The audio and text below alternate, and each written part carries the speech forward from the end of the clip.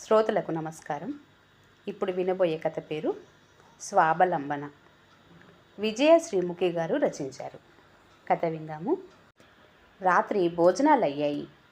వైదేహి వంటిల్లు సర్దేసి వచ్చేసరికి జగపతి టీవీ చూస్తున్నాడు. ఆమె వచ్చి ప్రక్కనే మరో కుర్చీలో కూర్చుంది. జగపతికి తెలుసు ఆమె అడగాలి అనుకునే విషయం. ఇంకా టీవీ కట్టేయవచ్చు కదా అంది. నిద్రొస్తే నీ వెళ్ళి పడుకోవచ్చు కదా అన్నాడు నవ్వుతూ. మీరు ప్రొద్దున్న ఆ పని ఎందుకు చేశారో చెప్పందే నిద్ర పట్టదు అంది. ఆమె వైపు తిరిగి చూశాడు. ఆమెలో తెలుసుకోవాలనే ఆసక్తే కాదు, ఏదో ఆదుర్ద కూడా కనిపిస్తుంది. టీవీ ఆఫ్ చేసి రిమోట్ ప్రక్కనే పెట్టి కాసేపు నిశ్శబ్దంగా ఉండిపోయాడు. ఇప్పుడు చెప్పు, నీ అనుమానం. అంత ఆదుర్ద ఎందుకు నీకు అడిగాడు జగపతి. ఎప్పుడు మీరే బ్యాంకుకు వెళ్ళేవారు. మధ్యాహ్నం నన్ను కూడా మీతో పాటు తీసుకెళ్ళి నాతో కూడా సంతకాలు పెట్టించారు. అంత పెద్ద మొత్తం డబ్బు వేశారు. ఏమిటని అడిగితే తర్వాత స్థిమితంగా చెప్తా అన్నారు కదా, ఇప్పుడైనా చెప్తారా అడిగింది వైదేహి. అర్థం కాలేదా అడిగాడు. అర్థం కాకే కదా అడుగుతున్నాను అందామె. నేనేం ప్రభుత్వ ఉద్యోగాలు చేయలేదు. రిటైర్ అయ్యాక వచ్చే పెన్షన్ డబ్బులతో కూర్చొని తినటానికి ఏదో బట్టల వ్యాపారం చేశాను. దానితోనే పిల్లలిద్దరినీ చదివించుకున్నాం. వాళ్ళ దశ బాగుండి ఉద్యోగాలు వచ్చి పిల్లలతో వాళ్ళ బ్రతుకులు వాళ్ళు బ్రతుకుతున్నారు. ఇప్పుడు వెనకటిలా తిరిగి చేసే శక్తి, ఆ పరిస్థితులు కూడా ఇవాళ. మీరు చెయ్యకపోయినంత మాత్రాన పస్తులు ఉంటామా అడిగింది. చెప్పేది పూర్తిగా విను మరి. సరే చెప్పండి అంది వైదేహి. సొంత ఇంట్లో ఉంటున్నాం. పైన అద్దెకి ఇచ్చాం కనుక భుక్తికి లోటు లేదు. ఏదైనా అవసరమో అనారోగ్యమో వస్తే పిల్లల వైపు చూడాల్సి వస్తుంది కదా ఆగాడు జగపతి. వైదేహి ఆయన వైపే చూస్తుంది. మనం అడిగితే వాళ్లకు ఇవ్వాలని ఉంటుంది, కానీ వాళ్లకు వచ్చేదాన్ని మించిన ఖర్చులు అవసరాలు వాళ్ళకు కూడా ఉంటాయి కదా. ఎందుకుండవు? ఎదిగే పిల్లలు, వాళ్ళ చదువులు అందామే. అందుకే అది ఆలోచించే నేను అప్పుడెప్పుడో చౌక రోజుల్లో కొన్న ఆ 15 సెంట్లు స్థలానికి మంచి ధర వస్తే అమ్మేశాను.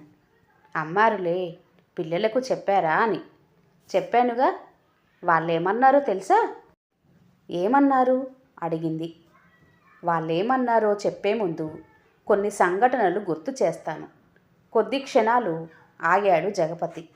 ఆ మధ్య నాకు ఒంట్లో బాగలేక ఆసుపత్రిలో ఉన్నప్పుడు పెద్దవాడు చిన్నాడు నా దగ్గర ఇంతే ఉంది, నీవు మిగతాది చూడు అని ఒకడంటే నేను మాత్రం అంత ఎక్కడ తేను అని మరొకడు అనుకోవటం నేను విన్నాను.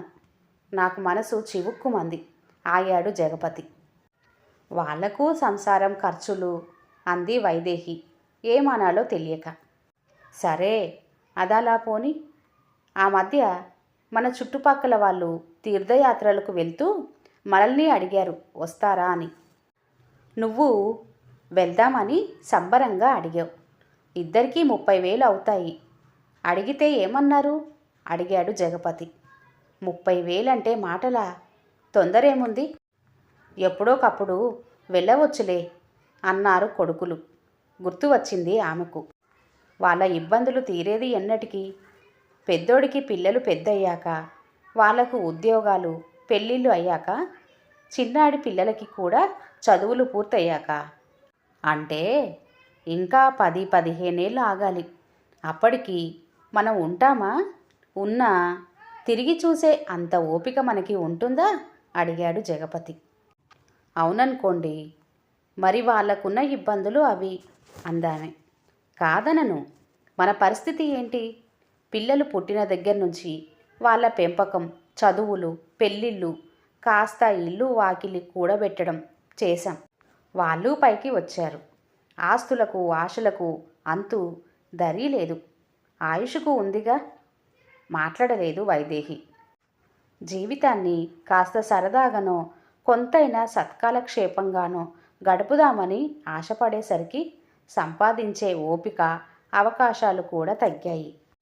అయినా వాళ్ళకేం తక్కువ చేశాం, చదివించాము, ఉద్యోగాలు చేసుకుంటున్నారు, ఇల్లు స్థలాలు అమర్చి పెట్టాం కదా అడిగింది వైదేహి.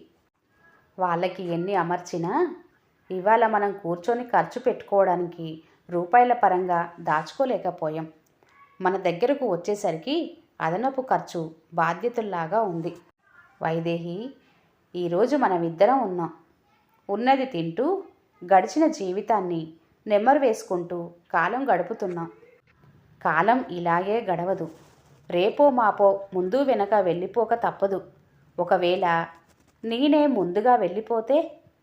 జగపతి మాట పూర్తి కాకముందే ఎందుకలాంటి మాటలు అంది.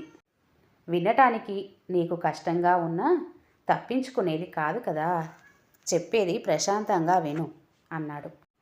మనలో ఒకరు మిగిలిపోయాక ఒంటరితనంతో పాటు చెప్పుకోలేని అవసరాలు మనల్ని మరింత కుంగదీస్తాయి. చేతిలో డబ్బులు ఉండవు.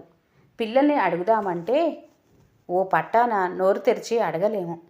అడిగినా ఆ వేళకు వాళ్ళ సమస్యలతో ఇదిగో మొన్నటిలాగే సర్దలేకపోవచ్చును. అదే మనకంటూ కొంత మొత్తాన్ని మనం సంపాదించిన దానిలో మన చేతిలో ఉంచుకుంటే ఇటు మనకు అటు పిల్లలకు కూడా ఇబ్బందిగా ఉండదు కదా. నిజమేననుకోండి, ఈరోజు 30 లక్షలు వచ్చాయి. వాటిలో 20 లక్షలు మన ఇద్దరి పేరున కలిపి జాయింట్ అకౌంట్లో వేశాను. రేపు ఎప్పుడైనా మనలో మిగిలిన వాళ్ళం అనొద్దు, వినలేను. తన చేతిలో ఉన్న భర్త చేతిని అసంకల్పితంగా బిగించిందామె. ఆ ఊహకు కూడా తట్టుకోలేనట్లుగా ఆయన భుజం మీద తల వాల్చింది. మరో చేత్తో ఆమె భుజాన్ని తట్టాడు అనునయంగా. మిగతా 10 లక్షలు రేపు ఉత్తరోత్తర మన అవసరాలకు సమయానికి వాళ్ళ దగ్గరున్నా లేకపోయినా పనికొస్తాయని విడిగా వేశాను. పిల్లలకు చెప్పారా? ఏమన్నారు? నిర్వేదంగా నవ్వాడు జగపతి. చెప్పాను. అరే, అప్పుడే అమ్మేశారా? 4 ఏళ్ళు పోతే 40-50 లక్షలు వచ్చేవి కదా. రోడ్డు పక్కనున్న స్థలం. ఎందుకు తొందరపడ్డారు? పెద్ద పిల్ల పెళ్ళికి పనికి వస్తుంది అనుకున్నా అన్నాడు పెద్దవాడు. చిన్నవాడు, అయ్యో ఎందుకమ్మారు నాన్న? మీ మనవడు డాక్టర్ కోర్స్ చదువుతా అంటున్నాడు. వాడి సీటు కోసం పనికి వస్తుంది అనుకున్నాను అన్నాడు. చెప్పాడు జగపతి. పిల్లలు ఏమనుకుంటారోనండి దిగులుగా అంది వైదేహి. ఏమనుకోరు. అనుకున్నా మెల్లగా వాళ్ళే అర్థం చేసుకుంటారు. స్వార్థంతో కాదు, స్వావలంబన కోసమే నాన్న ఇలా చేశారని అర్థం చేసుకుంటారులే వైదేహి. దిగులు పడక పడుకో భరోసాగా చెప్పాడు జగపతి. ఈ కథ ఇంతటితో సమాప్తం. కథ కనుక నచ్చినట్లయితే లైక్ చేయండి, షేర్ చేయండి. అలాగే మరిన్ని మంచి వీడియోల కోసం ఛానల్ని సబ్స్క్రైబ్ చేసుకోండి. మరొక కథతో మళ్ళీ కలుద్దాం. అంతవరకు సెలవు. నమస్తే. ధన్యవాదములు.